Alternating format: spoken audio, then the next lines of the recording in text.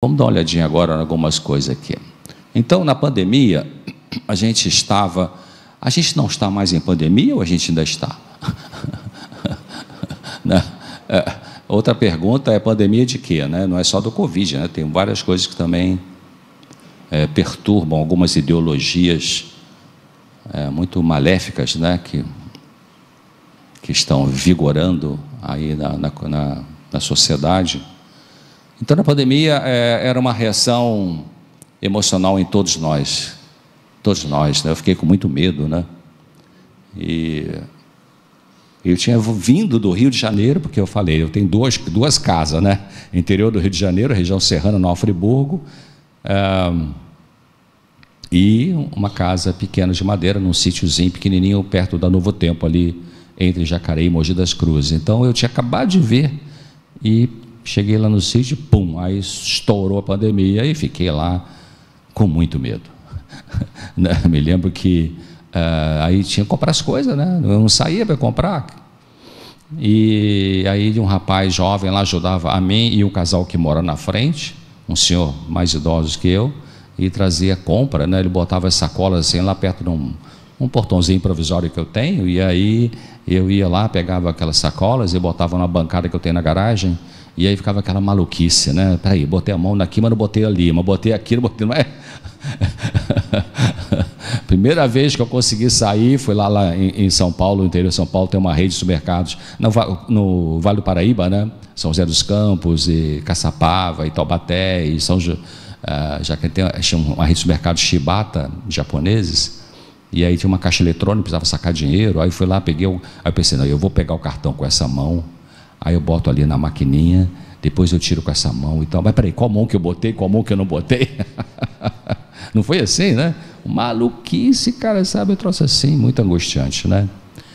Porque o grande problema foi a incerteza, não é? A incerteza.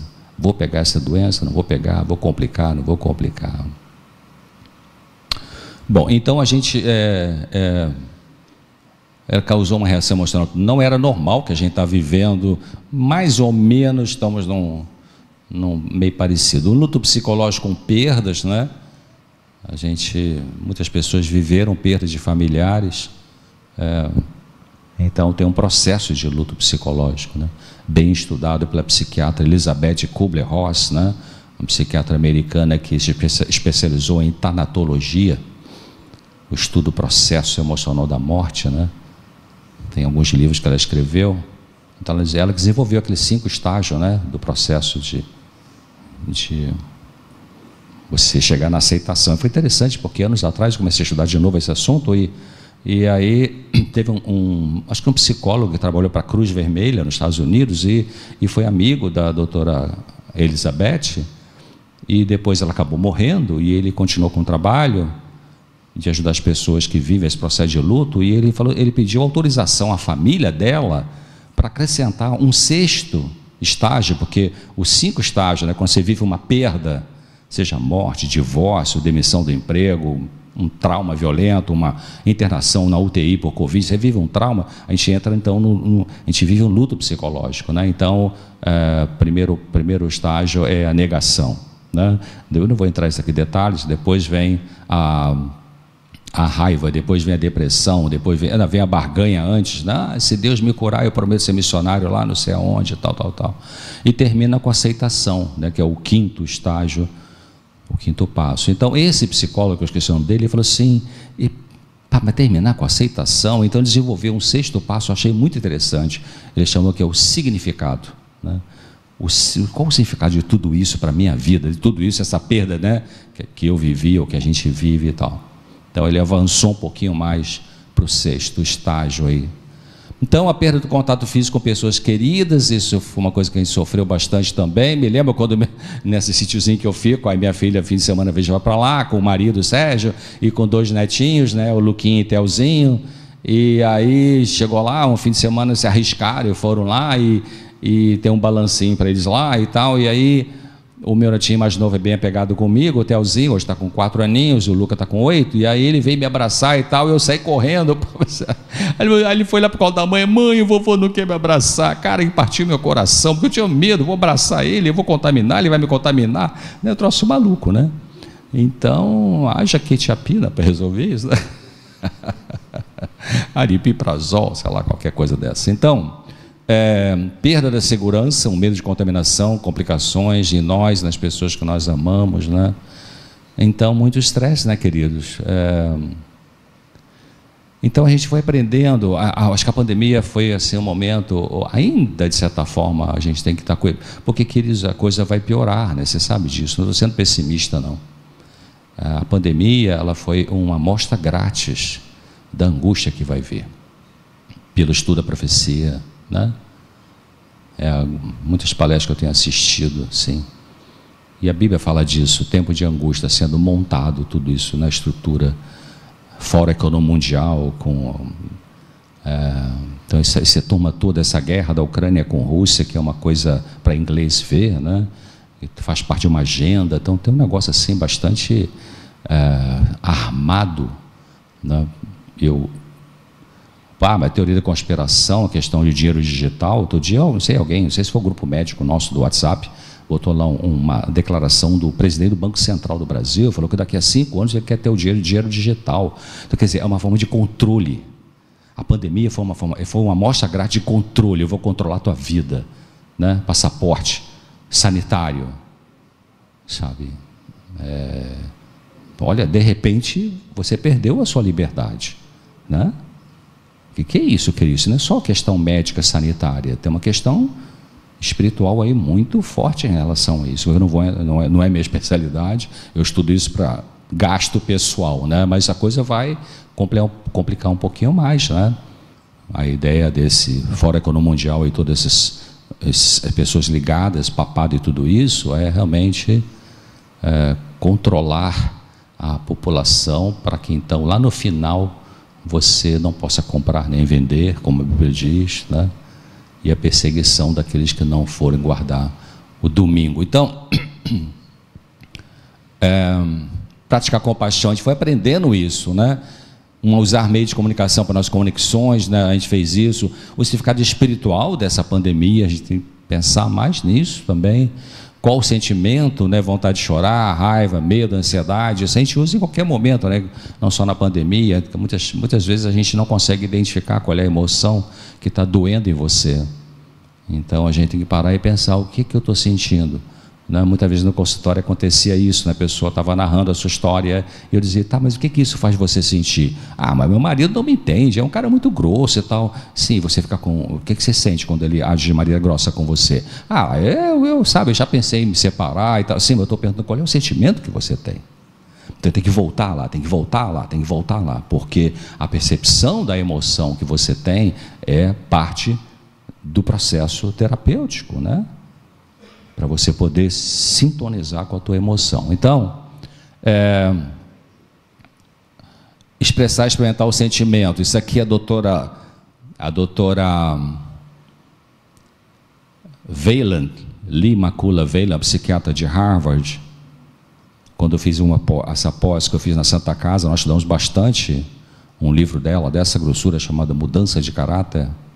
Troquei um e-mail com ela sobre angústia humana. Infelizmente ela morreu poucos anos atrás, e ela fala sobre isso, né? Ela fala várias maneiras de ser um conceito de saúde mental. Um deles é esse, expressar e experimentar. Expressar é o quê? Você verbalizar, você falar, né? Falar cura, né? Falar ajuda a curar. O professor Adalberto Barreto, criador, idealizador da terapia comunitária, professor de psiquiatria da Universidade Federal do Ceará em Fortaleza, ele fala assim: se a boca fala, os órgãos saram, e se a boca cala, os órgãos falam, né? Psicossomática. Então, um grupo de pessoas, talvez 40% da população, precisa aprender a falar da sua dor, né? Da sua tristeza. E eu estou nesse grupo aí. É mais difícil eu falar, é mais difícil eu jogar para dentro. Então expressar é você falar. Por isso que Jesus falou assim: Pai, por que me abandonaste? Quando Jesus falou: Pai, por que me abandonaste, e tinha perdido a fé? Não, ele estava expressando, porque ele era normal, 100% normal, então ele falava da dor dele. A minha alma está triste até a morte, fica comigo aqui, né? Olha só, muita percepção da emoção que ele tinha, né? E experimentar a dor, ou o sentimento doloroso, é você viver aquela dor de uma forma não anestesiada, que é muito difícil, né? A gente, em geral, quer fugir da dor com um monte de coisa, né? Álcool, maconha, cocaína, sexo, compras e várias compulsões, né? Inclusive automutilação, né? Que é uma forma também de, geralmente a do jovem adolescente, mas como em menina adolescente, né? Se machuca porque, se machucando fisicamente, ela não pensa na dor emocional. Para ela é menos difícil lidar com a dor física do que lidar com a dor emocional. Se bem que tem outras interpretações da automutilação também. Então,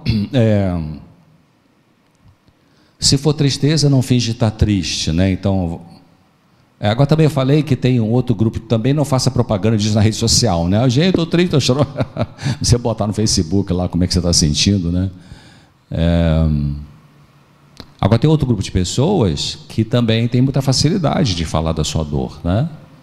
Então depende de onde você está. Se você está mais no grupo de que você engole mais sapo do que fala, você tem que aprender a falar para curar.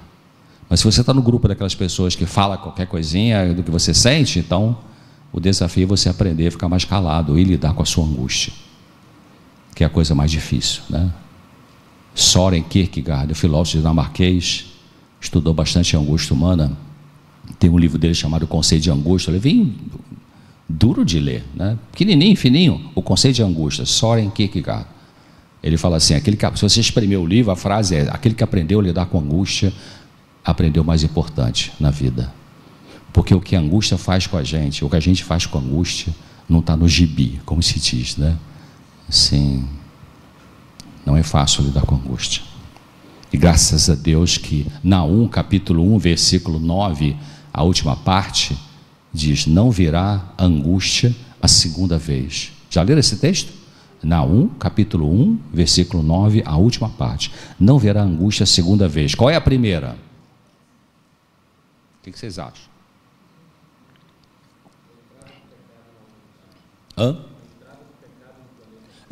Isso, entrar do pecado. Ele falou, a primeira é agora. Eu e você temos angústia, né? Se a gente tem consciência ou não. Quer dizer, existe a chamada, os filósofos chamam de angústia existencial, que é, a Bíblia chama de natureza pecaminosa, vamos dizer assim, fruto da natureza pecaminosa. Essa é a angústia base do ser humano. Depois vem outro tipo de angústia, de outras etiologias, outras causas, né? Que é conflitos na família, hereditariedade, genética, epigenética, tal.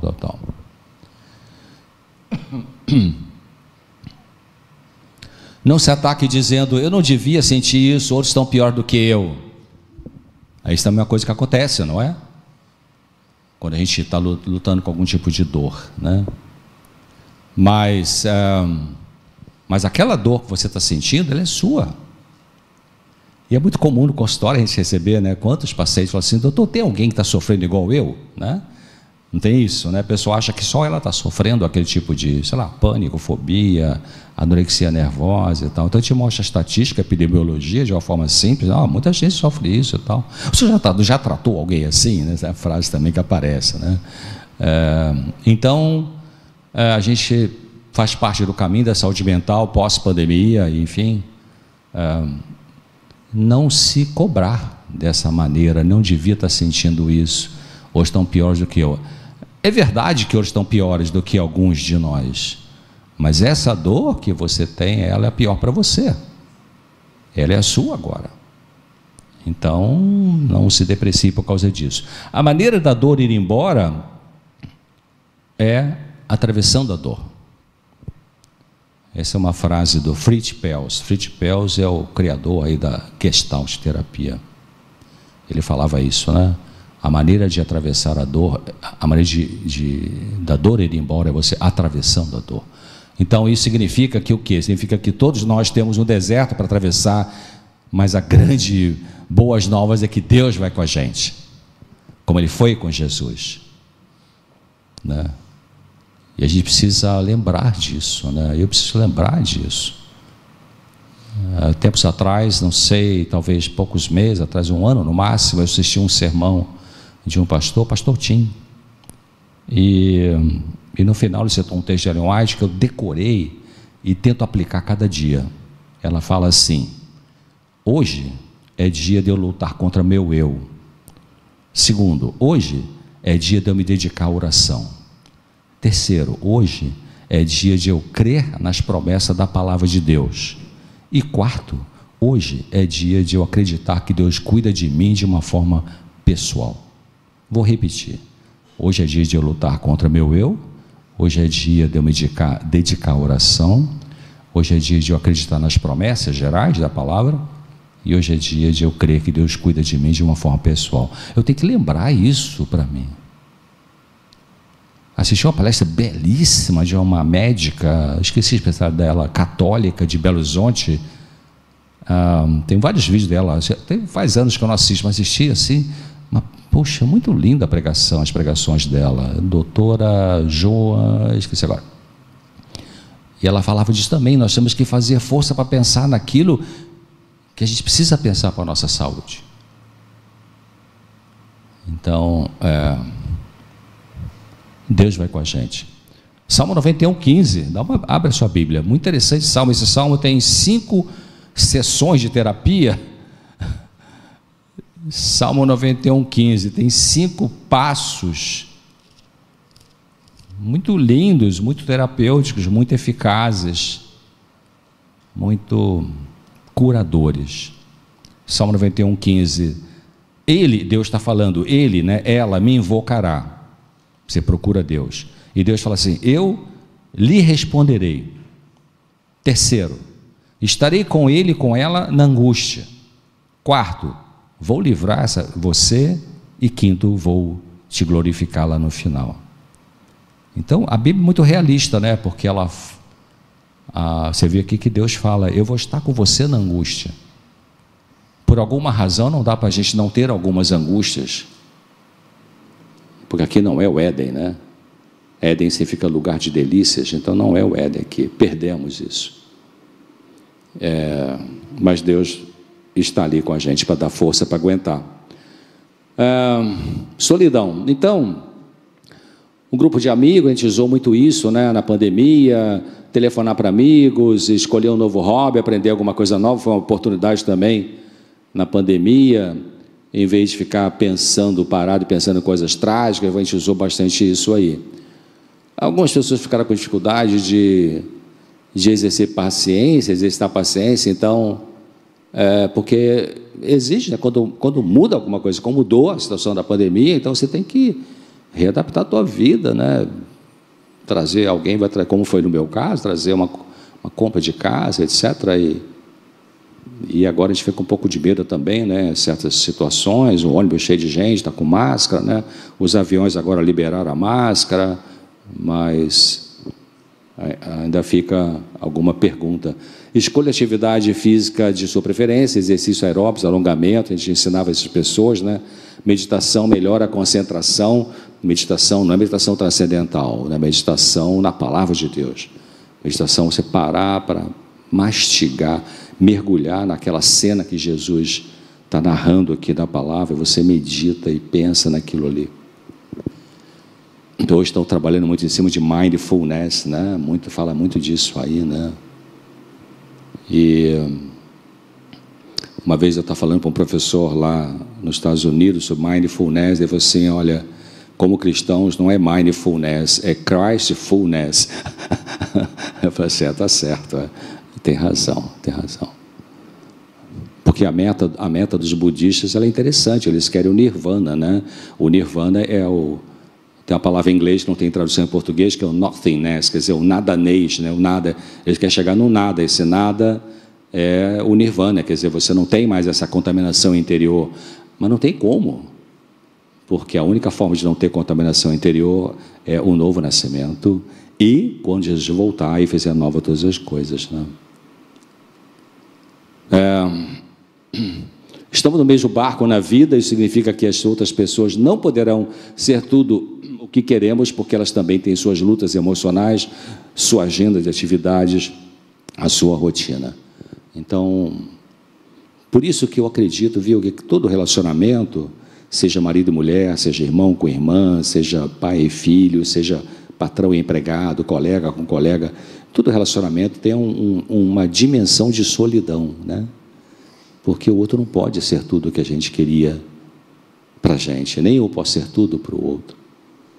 Quanto mais cedo a gente consegue entender isso e perceber isso, menos provável é que a gente vai criar confusão nas relações. E quanto mais difícil a gente entender isso, ou mais resistente, a gente vai achar que não, tem alguém que vai preencher tudo o que eu quero. E aí, quando começa aquelas ideias, inclusive de adultério, não, deve ter alguém lá fora que vai preencher tudo. Inclusive, uma vez escrevi um artigo que o título é assim: uma pessoa interessante também tem problemas. Por quê? Porque, em geral, quando começa a surgir a possibilidade do adultério, o que vem dentro da pessoa é: oh, que pessoa interessante, né? Trouxe um bombom para mim, meu marido nunca fez isso, a minha esposa nunca tal. Que interessante, né? Então, eu escrevi um artigo assim: uma pessoa interessante também tem problemas, né? É verdade. Bom, emoções boas e agradáveis vão e voltam, né? Não é verdade isso? Por isso que a gente... Por isso que a Ellen White fala assim: fé não é sentimento, né? Um dos textos dela, essa autora inspirada, fala: fé não é sentimento. Graças a Deus que fé não é sentimento, porque se Deus escutasse a minha oração, a nossa oração, só no dia que a gente está muito alegre, e no dia que a gente está triste, como é que ia ser, né? Então não é, Deus não escuta a oração em função do que você sente, Deus escuta a oração em função do que você tem, em função da motivação pela qual você está orando. Por isso que eu tenho um monte de defeito ainda de caráter, para graças a Deus vencer. Mas uma coisa que eu tenho aprendido, assim, eu não faço uma oração decorada. Não faço. Eu penso no que eu estou dizendo. É verdade que muitas vezes eu estou orando e aí, de repente, a mente vai lá para banana, maçã, o que mais que eu vou comprar e tal. Oh, Deus, não acontece isso com vocês? Aí eu volto para Senhor, me perdoe, me perdoe. A cabeça voou, né? Aí eu puxo para cá, no foco. Evite emoções ruins, não buscando informações trágicas. Muitas pessoas às vezes fazem isso. Dúvidas, pergunte ao seu médico, alguém confiável de fonte segura.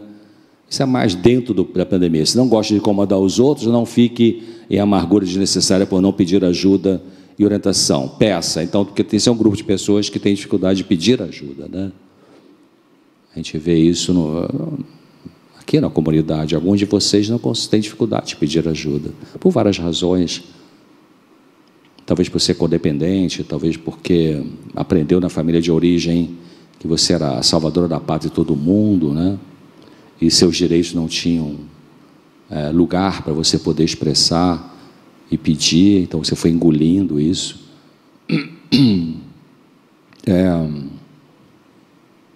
Tá, eu não sei se está funcionando aí esses sites, né? Foram sites que uma equipe de psicólogos se reuniu e fez aí fabricaderelacionamentos.com.br, ouvidoamigo.com.br para atendimento gratuito psicológico. Não é uma terapia, mas é um atendimento mais emergencial, possivelmente ainda tem uma equipe trabalhando em cima disso aí. Bom, agora vamos pensar um pouquinho, será que o estresse foi só da pandemia, né? Porque, como eu falei, em muitas famílias piorou a situação de relacionamento, a violência aumentou em alguns casos, e algumas mães que... foi lá? Foi. Algumas mães que tiveram que ficar em casa, né? O pai também. Então, quer dizer, será aí ficava escabelando, meu Deus, o que é que eu faço? Estava desacostumado, né, de ficar em casa, deixava a criança com o babá, com o vovô, com a vovó, sei lá, com a tia. e aí os dois tinham trabalhado, o casal, e aí a pandemia, pum, fechou tudo em casa, e agora não aguento mais essa criança e tal. Quer dizer, será que as crianças de isolamento social, elas também sofreram, né? Sofriam? Será que as crianças têm angústia? Os seus filhos realmente são tão terríveis assim que perturbou muito a paz, né? Então, é uma coisa que a pandemia pode ter ensinado para muitos de nós, e aqueles que têm filhos pequenos, e que eram cuidados por outros, e agora você teve que cuidar porque estava trabalhando em casa, lembrar que as crianças precisam e têm o direito de expressar o medo, dúvidas, ansiedade, insegurança. Então, a gente precisa dar um espaço para a criança poder falar da sua angústia, né? Com meus netinhos eu perguntei, foi muito interessante, o menorzinho sempre, hoje até acho que ele parou de fazer isso, mas olha, nós estamos aqui em setembro de 2022, mas 2021, ele, toda oraçãozinha dele na refeição, oh Jesus, nos protege do vírus. Sempre assim. Aí um dia eu sentei, vamos conversar com o vovô. O que você entende? O que é vírus? Né? Vamos falar sobre isso. Por que você pede proteção do vírus? Então, para deixar eles abafar, trazer as coisinhas, a angústia dele, né? E orientar essas crianças nessa questão. Então, acolha os filhos, deixe fazer perguntas, responda com cautela, verdade, carinho, sem grosseria, sem impaciência. Eu fico muito irritado quando eu vejo algumas mães, talvez estressarem, enfim, mas está no mercado e dá um tapa na criança, para de pedir as coisas aqui, não vou comprar nada para você hoje e tal. E tem muita gente assim, né? Pai e mãe agressivo com seus filhos pequenos, e que tem que parar para pensar nisso, né?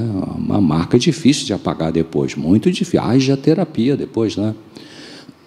Então, é importante a gente ter esse acolhimento com os filhos, porque às vezes você está ocupado, ocupada, e o filho quer falar de uma coisa e você, às vezes, corta até com uma questão religiosa. Não, vamos orar.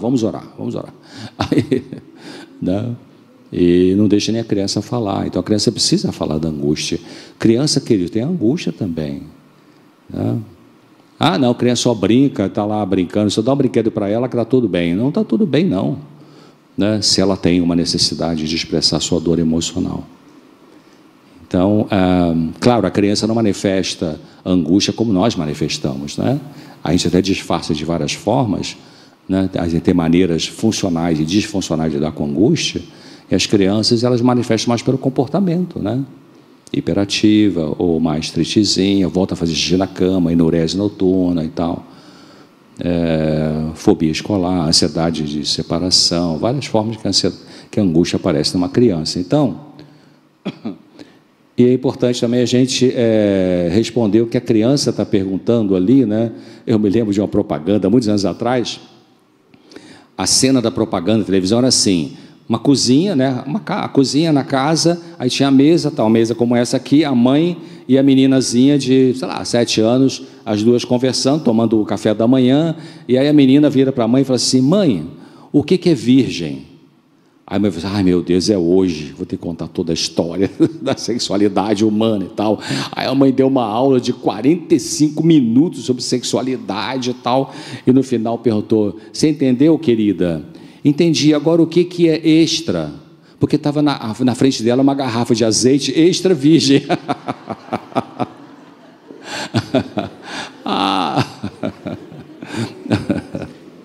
Então, quer dizer, quem trabalha com criança, eu não fiz psiquiatria infantil, mas responde o que a criança quer saber ali. Ó. A mãe podia ter perguntado, faltou espírito ali na hora, né? Assim, presença de espírito, né? Mas o que você quer dizer com virgem? Ah, que está escrito aqui. Aí resolveria tudo, né? Mas acabou que ela não perguntou. E então é bom de fazer pergunta para a criança sobre a pergunta que ela fez, né? Para a gente ver onde que ela está ali, responder bem prático assim e tal. Olha só esse texto, orientação da criança 128. As crianças têm provações tão difíceis de suportar, tão penosas em sua natureza, como as pessoas de mais idade. Os próprios pais não se sentem sempre da mesma maneira, não é verdade? Então elas têm lutas, né, difíceis. E eu sempre penso, uma coisa assim que eu penso assim, as crianças, elas lidam com angústia de maneira a seco, né? A seco. A seco significa não vai tomar um uísque, não vai cheirar, não vai, sabe, com angústia, assim. É interessante isso, né? Como é que elas aguentam assim, né? Lidar com angústia não é fácil, né? Então, Efésios 6, de 1 a 4, vou dar uma olhadinha aqui. Abra sua Bíblia, por favor. Efésios 6, de 1 a 4. Nesse contexto aí de sermos sensíveis para com os sentimentos das crianças. Efésios 6, de 1 a 4. Vamos ver aqui, na minha versão diz assim: Vós, filhos, não sede obedientes aos vossos pais no Senhor, porque isso é justo. Honra teu pai e tua mãe, que é o primeiro mandamento, com promessa, para que te vá bem e vivas muito tempo sobre a terra. E vós, pais, não provoqueis, não irritem, né? Não provoqueis a ira a vossos filhos, mas criai-os na doutrina e administração do Senhor. Até o 4. Então, aí está falando isso. Agora dá uma olhadinha ao Colossenses, aí para a direita da sua Bíblia, Colossenses capítulo 3, 21. Ali está falando em Efésios, não provoque a ira ao seu filho. Colossenses 3, 21.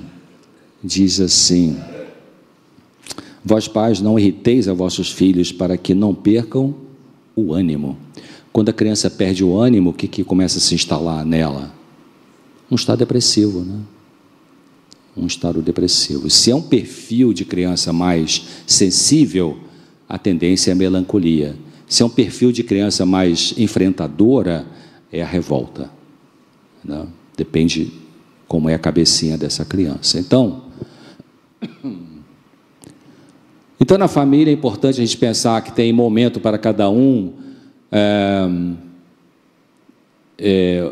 no casal, né? O que estava pendente. Então a pandemia forneceu essa possibilidade de sentar e conversar as coisas que estavam ali meio que empurrando com a barriga, porque cada um está trabalhando, corre para lá, corre para cá, sai cedo, volta à noite, tal. Então foi uma chance, né, que a gente teve também disso aí, e essa chance tem que ser aproveitada. Usar parte do tempo para conversar sobre esses assuntos, né?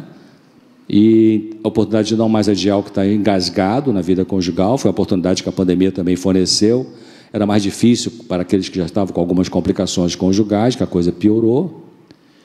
E evitar atitude crítica, não ficar apontando falhas do outro, isso não é só pandemia, isso é o tempo todo, né? A gente fazer isso aí. Evitar críticas previne estresse, previne tristeza, previne irritação.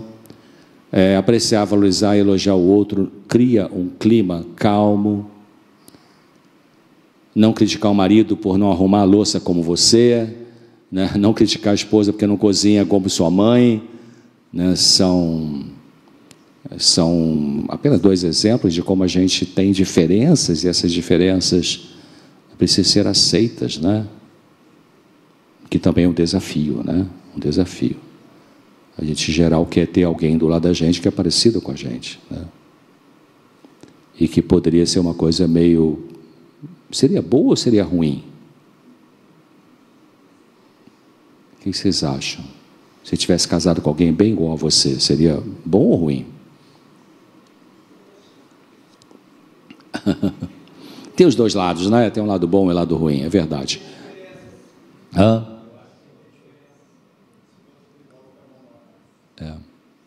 A gente pode aprender com a diferença, mas a gente pode também criar uma guerra por causa da diferença, né? Ellen White fala assim, quase que decorei, ela fala assim: faz parte do plano de Deus que pessoas de temperamentos diferentes se associem umas às outras, para a gente aprender, né? Então tem um casal que um é a emoção, o outro é a razão. Então, agradeça a seu marido por colocar o lixo fora, coisa que talvez nunca fazia, começou a fazer na pandemia, né? Agradeça a sua esposa por ter ficado com as crianças sem babá ou vovó enquanto você trabalhava home office, ou talvez trabalhe ainda por alguma razão. Antes de dormir, diga para seu cônjuge 3 coisas que você apreciou nele e nela naquele dia, São pequenas coisas, né, que ajudam a aliviar. Não se pode viver juntos em paz sendo críticos. Difícil, né? Seja gentil um com o outro. O que está lá em Provérbios 15? Ser gentil. Provérbios 15, na minha versão diz assim. Salmos, Provérbios. A resposta branda desvia o furor, mas a palavra dura suscita a ira. A resposta branda, né? Então, como é que Jesus lidava com aquelas horas difíceis? As pessoas instigavam ele, né? Mexiam com ele. Jesus levava ou não levava desaforo para casa?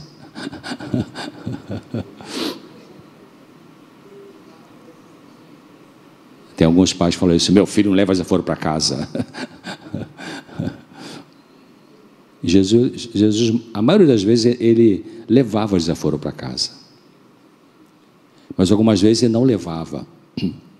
Só que quando ele não levava, ele não era uma pessoa briguenta, ranzinza, autoritária, nariz empinado.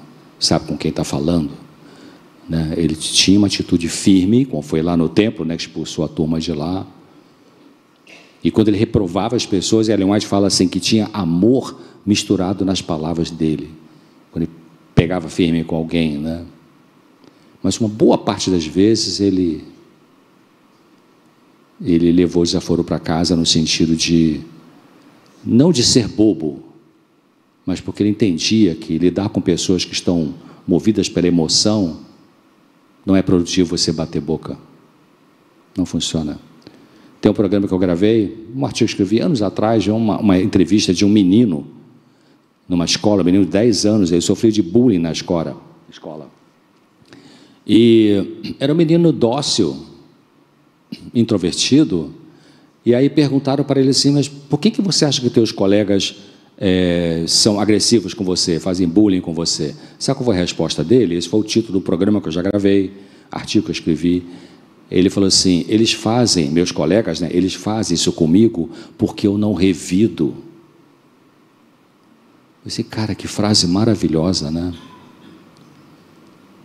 E nesse final desse artigo que eu escrevi, eu coloquei assim, Jesus lá na cruz, bem cabe essa frase também, ele dizer, eles fizeram isso comigo porque eu não revido. Coisa linda, né?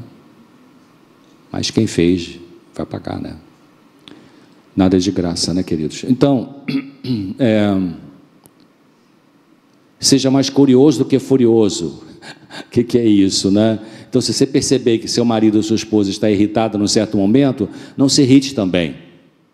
Procure saber o que está acontecendo, né? Com desejo de ajudar. Por que você está tão irritada hoje? Por que está tão irritado hoje? Tem alguma coisa que eu possa fazer para ajudar? Em vez de, pô, chegou em casa desse jeito assim, caramba, ninguém aguenta. Então, ser mais curioso do que furioso ou furiosa. Incentiva a pessoa a falar e expressar sua zanga com respeito, com respeito, e não traga aquilo como algo pessoal, né? Porque muitas vezes a gente chega em casa e tem um estresse no trabalho e não é uma coisa pessoal. Se você sempre interpretar como sendo pessoal, vai ter mais conflitos, né? Fale sem agredir o outro e escute o desabafo com respeito. Então você vai desabafar assim, o outro vai perguntar, por que você está assim tão irritada, tão irritado? E oferece o ouvido, mas você que vai desabafar também, você tem que ter um desconfiômetro e usar palavras que não sejam agressivas contra o outro ali. E o outro também tem o seu papel de não trazer contra si. Efésios 4, que aqui diz ali, Efésios, carta de Paulo aos Efésios, capítulo 4, Efésios 4, 26, 31 e 32. 26.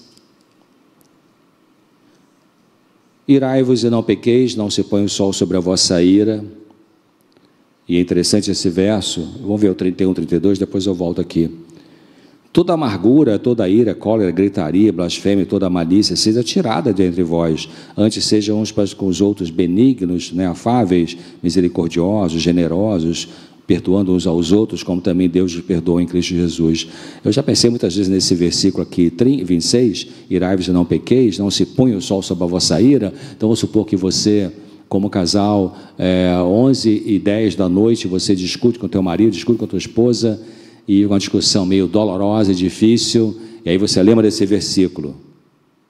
Bom, mas aí não vai dar para você resolver naquela noite ali, né? Não se põe o sol sobre a vossa ira, de preferência, né? Então, talvez tenha que deixar para o dia seguinte, até porque você precisa se recompor. Respirar fundo, né? Senão você vai fazer uma coisa muito mecânica, muito fora da verdade, né?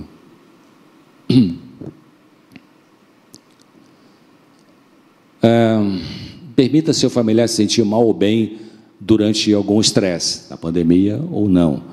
E otimistas podem se sentir melhor, sem tanto medo e ansiedade. Não é? Não foi isso na pandemia? Como eu fiquei mais tempo ali na região de Jacareí, e minha esposa ficou lá em Nova Friburgo, então eu fiquei mais tempo com meu genro e minha filha. E aí o Sérgio é mais otimista, assim, poxa, não se preocupe não, está tudo bem, olha só, estamos protegidos e tal, e a minha filha é mais preocupada, né? Então a gente vai, os otimistas podem se sentir melhor diante de uma situação difícil, então eu preciso respeitar isso. Da mesma forma, eu vou falar já, não critique porque o outro não está ansioso com você. Que acontece, né? Poxa, está acontecendo um negócio aqui, você parece que não está nem ligando para isso aí. Não é que não está ligando, é que tem uma outra mentalidade em relação àquela situação. Tem outra forma de ver. E não critique quem é mais medroso e preocupado. Então, também tem o outro lado da moeda. Quer dizer, se você é mais otimista, então também você não vai ficar, poxa, qualquer besteira você está aqui já nervoso. Não, tem que respeitar a maneira como cada um consegue lidar com as coisas que assustam na vida, né? Cada um lida emocionalmente no estresse da maneira que consegue. E isso não tem que ser igual para todos. Então, a gente vai ser empático, né? Tentar entender o medo do outro, a angústia do outro. Eu estou indo para o final. Então, negociar o tempo em casa, isso foi mais na pandemia também, mas pode ser hoje. Marido e esposa podem querer estar sós, sem criança por perto, oferecer cuidar da criança num dia, depois o pai cuida, depois a mãe cuida. Momento para cada um ficar só, todos juntos, casal conversar, criança brincarem sozinhas ou fazer tarefa escolar. Ou seja, na família a gente pode dividir, né, esses horários aí. Não é nem todo mundo junto o tempo todo e nem todo mundo separado o tempo todo.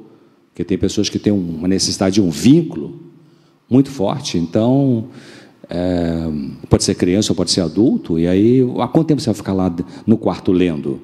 Não sei, meia hora, talvez. Será que é meia hora mesmo? Então, vou sentir falta de você, né? Então, cabe, né? Lembra que acho que foi no almoço, não foi aqui que eu falei de manhã, mas Jesus tinha quando ele viveu aqui, ele tinha 3 momentos, no geral da vida, a maneira como eu vejo. Ele tinha momentos que estava o tempo todo com as pessoas, tinha momentos que ele estava um tempo... Não, corta isso. Ele ficava bastante tempo com as pessoas, esse é o momento. Número 2, ele ficava só com um grupo pequeno, os discípulos, para treinar. E terceiro, ele ficava sozinho. Ele ficava sozinho algumas horas. Você consegue isso? Porque tem gente que consegue ficar sozinho. Tem um amigo meu, já muitos anos atrás, anestesista, na minha cidade, ia me chamar de Cezinha, não adventista, muito boa gente. Ele me procurou uma vez, estou muita ansiedade, cara, eu chego em casa, eu tenho que estar ligando para as pessoas e tal, não consigo ficar comigo mesmo. Por que não consegue ficar consigo mesmo, né? Que coisa de ruim que tem, que você não consegue ficar com você mesmo? Não é uma coisa ruim, é o vínculo, né? Porque quando estuda assim, outra forma de a gente olhar a saúde mental e a doença mental, pode ser questões ligadas a vínculo e questões ligadas a conflito, né? Então, algumas pessoas têm um vínculo, é muito típico crise de pânico, né? Muitas pessoas com crise de pânico, elas têm uma psicodinâmica, a dinâmica mental pode ser questão de vínculo. Pode ser pessoas brilhantes, né? Que são brilhantes na área acadêmica, enfim, qualquer profissional, mas elas têm que ter alguém ali com elas, senão passa mal.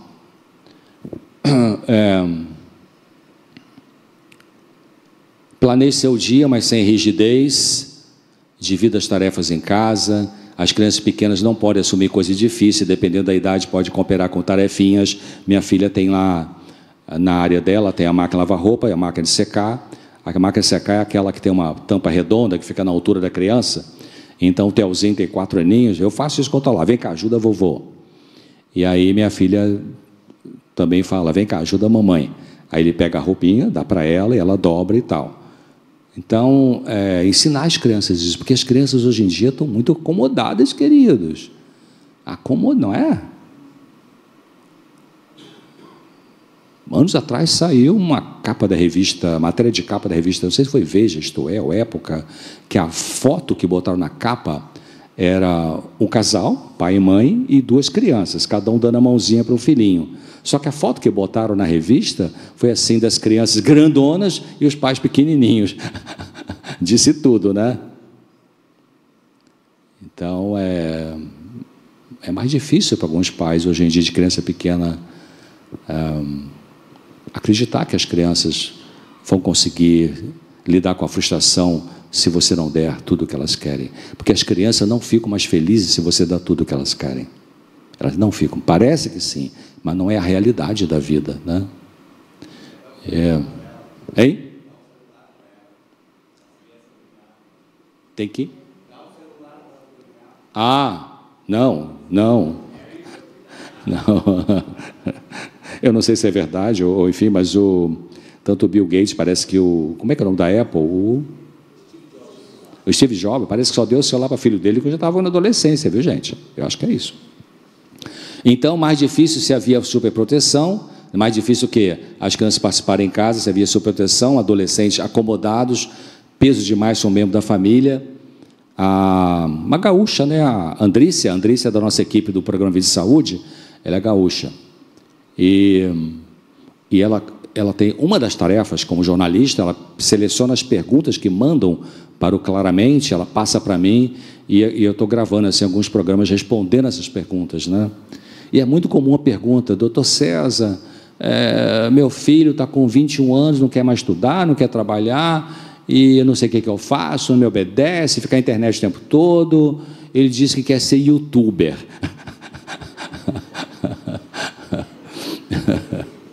Então, e aí, né? Aí eu tento explicar, olha, querido, isso aqui já vem de uma longa data, né? Não foi de ontem para hoje que ele não quer trabalhar e estudar.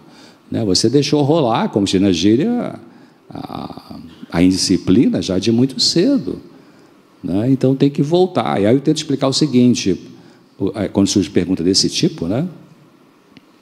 Eu falo, olha, você lida com o seu jovem adolescente conversando de adulto para adulto, porque adolescente é adolescência, o normal da adolescência como é que é a palavra? Nem incongruência, nem incoerência, não, esqueci outra palavra agora. Quer dizer, adolescente, ou seja, ele uma hora fala assim, mãe, não consigo, me ajude e tal, e tal. Aí daqui a meia hora, deixa comigo, eu já sei o que é que eu faço. Tá? Então tem essa inconsequência. O adolescente é inconsequente, né? Normalmente inconsequente. Então, em geral, eu oriento esses pais assim, olha, tenta conversar. Como diz lá em São Paulo, de boa, né? Ou numa boa. Olha, filhinha, tem o seguinte, você precisa usar X horas de internet, Y horas você vai estudar seu livro e tal. Então, se nessa conversa que eles gostam, né, no lado saudável, gosta de conversar no nível adulto. Então, se chega a um acordo, está tudo certo. Mas se você conversa com seu filho adolescente, sua filha adolescente, sobre um distúrbio que ele ou ela está tendo, como exemplo, não quer estudar, ou coisa assim, ou fica hora demais e tal, e aí faz pirraça e questiona, então você, olha, eu vou ter que... se você não está conseguindo conversar comigo num nível legal, para nós dois chegarmos a um acordo, você está dizendo que você é uma criança pirracenta, então vou ter que lidar com você como uma criança pirracenta. Tão chato isso, né? Você tem 12, 13, 14 anos.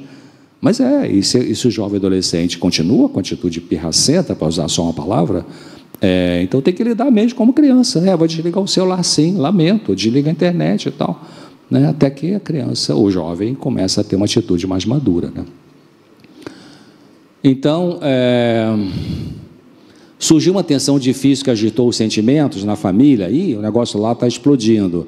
Então, respire fundo, conta até 50, não só até 10, tome um banho, deixe o sangue esfriar e pense. Pense. O que está acontecendo? Aí você vai pensar o quê? Deixe passar pelo menos meia hora para você ter tempo de refletir, acalmar as emoções, para depois falar com serenidade. Evite deixar isso para o dia seguinte, de preferência. Converse para resolver o problema e não para criar mais tensão, porque tem pessoas que gostam de briga, não tem? Não sei se é um transtorno de personalidade.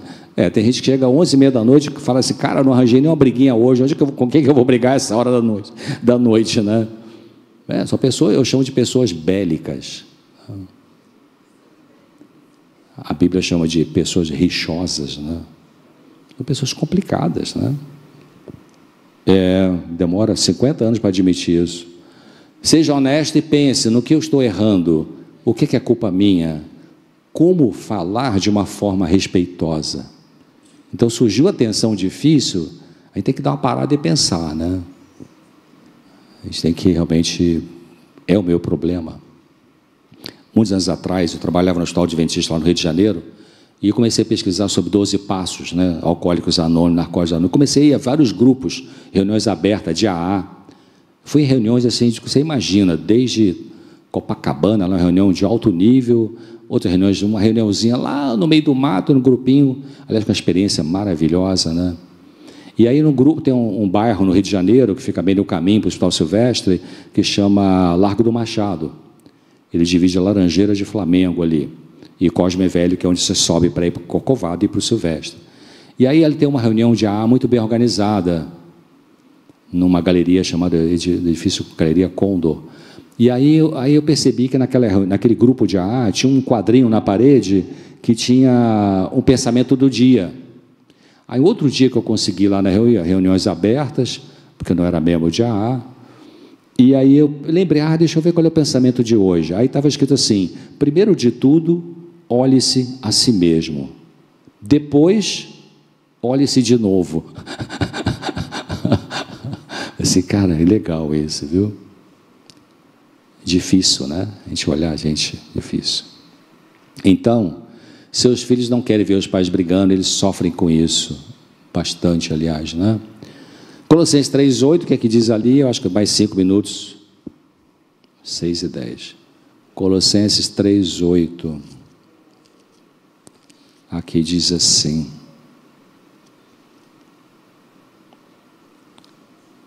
Mas agora despojai-vos também de tudo, da ira, da cólera, da malícia, da maldade, né? Da maledicência, das palavras torpes ou obscenas da sua boca.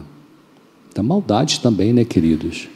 Às vezes você, na vida familiar, você faz uma coisa maldosa por problemas psicológicos. Então, tem uma frase que eu também coloquei nos programas, achei essa frase muito legal, que eu vi não sei aonde, diz assim, se você não se curar daquilo que te feriu lá no passado, você vai sangrar em cima de pessoas que não te machucaram. Eu vou repetir, se você não se curar daquilo que te feriu lá atrás, na tua família de origem, você vai sangrar em cima de pessoas que não te machucaram, não te cortaram, na família hoje nuclear, né? Então, a gente tem que pensar nisso. Bom, respeite os limites, seu marido, sua esposa está isolada, trabalhando, isso aqui já foi na pandemia, né?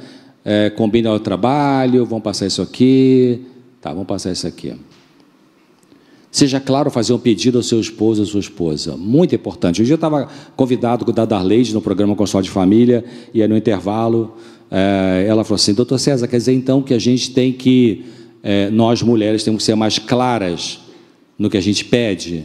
Você é isso? Você é isso, né? Porque a mente feminina é diferente da masculina, né? Em muitos sentidos, psicológicos, então bastante, não é questão de inteligência, não é QI, né? É diferente. Então, ser específico significa, em vez de você falar uma coisa muito genérica, sinto falta de você. Tá, o que é isso? É sexo, é companhia, é viagem, é sentar junto na poltrona, né? Sinto que nosso amor não está igual. Está igual como assim? Então, quanto melhor você especificar, mais chance você dá ao outro de entender o que é que você está sentindo falta. Porque se você coloca uma coisa muito genérica, pode ser um monte de coisas, né? Então, alguns têm dificuldade de pedir ajuda e por isso se sobrecarregam de tarefa. Não tem, toda família não tem esse perfil, esse script, né? É aquela família que, com qualquer problema que acontece, fala com fulano que ele faz isso. Não tem isso. E geralmente é o codependente, né, que assume esse papel. Eu não sei, não fiz estatística, não avancei, mas durante a minha parte de clínica, atendimento clínico, muitas pessoas que eu atendi com queixa de fibromialgia, eu percebi que tinha mais ou menos esse papel. Qual papel? Esse papel de ser o salvador da família. Fala com fulano e tal, fala com o Beltrano, ele resolve tudo. E essa pessoa acaba comprando esse papel. Porque não adianta reclamar, me jogam tanta coisa sobre mim, mas você compra esse papel. Você não coloca o limite, você não se protege. Assim como todo jogador de futebol usa, aqui no Sul chama calção ou short, não sei, São Paulo é short, Rio é calção. Mas nem todo indivíduo que usa short é jogador de futebol. Então, muitas pessoas que têm fibromialgia pode ter um perfil de comportamento desse jeito, de ser aquela pessoa salvadora de todo mundo e que acaba o corpo dizendo, não aguento mais, né? Vem aqueles 18 pontos dolorosos, tudo isso, né? Que vai ser tratado basicamente pelo reumatologista, né? Então, alguns têm dificuldade de pedir ajuda, então tem que aprender a pedir. Peça ajuda de forma clara, com humildade, sem manipular. O outro pode não perceber que você está com uma carga pesada de tarefas. Parece meio absurdo, né? Mas não é absurdo. Porque naquela dinâmica da família, cada um se acostumou com o seu papel, com o seu script, né? Um é o bagunceiro, não faz nada certo, o outro arruma tudo com detalhes, e o outro é desligado. Cada família tem os seus papéis, né? E tem a ovelha negra, não tem isso? Eu fiz um programa sobre ovelha negra. Em geral, a ovelha negra da família é o paciente escolhido, né? Paciente escolhido, o que é isso em psicologia? É aquela pessoa que todo mundo bota o dedo, nós sofremos por causa dele. Né? E, geralmente o paciente escolhido, na verdade, é a expressão do sofrimento do todo, né? Da família. Claro, pode ser um indivíduo um pouquinho mais destrambelhado neuroquimicamente, talvez, né? E tá as doutoras aqui que mexem com essa parte mais biológica, né? Então, Salmo 91:15, acho que é a última parte aí, é aquilo que eu já falei, né? Que Deus convida eu e você, Ele fala, você me invocará, eu te ouvirei, estarei com você na angústia, vou te livrar e vou te glorificar lá na frente. Então, pense nisso, né? Dê um espaço maior na minha vida, na sua vida, para Jesus ir curando as nossas dificuldades, e Ele vai fazendo isso um dia de cada vez. Obrigado.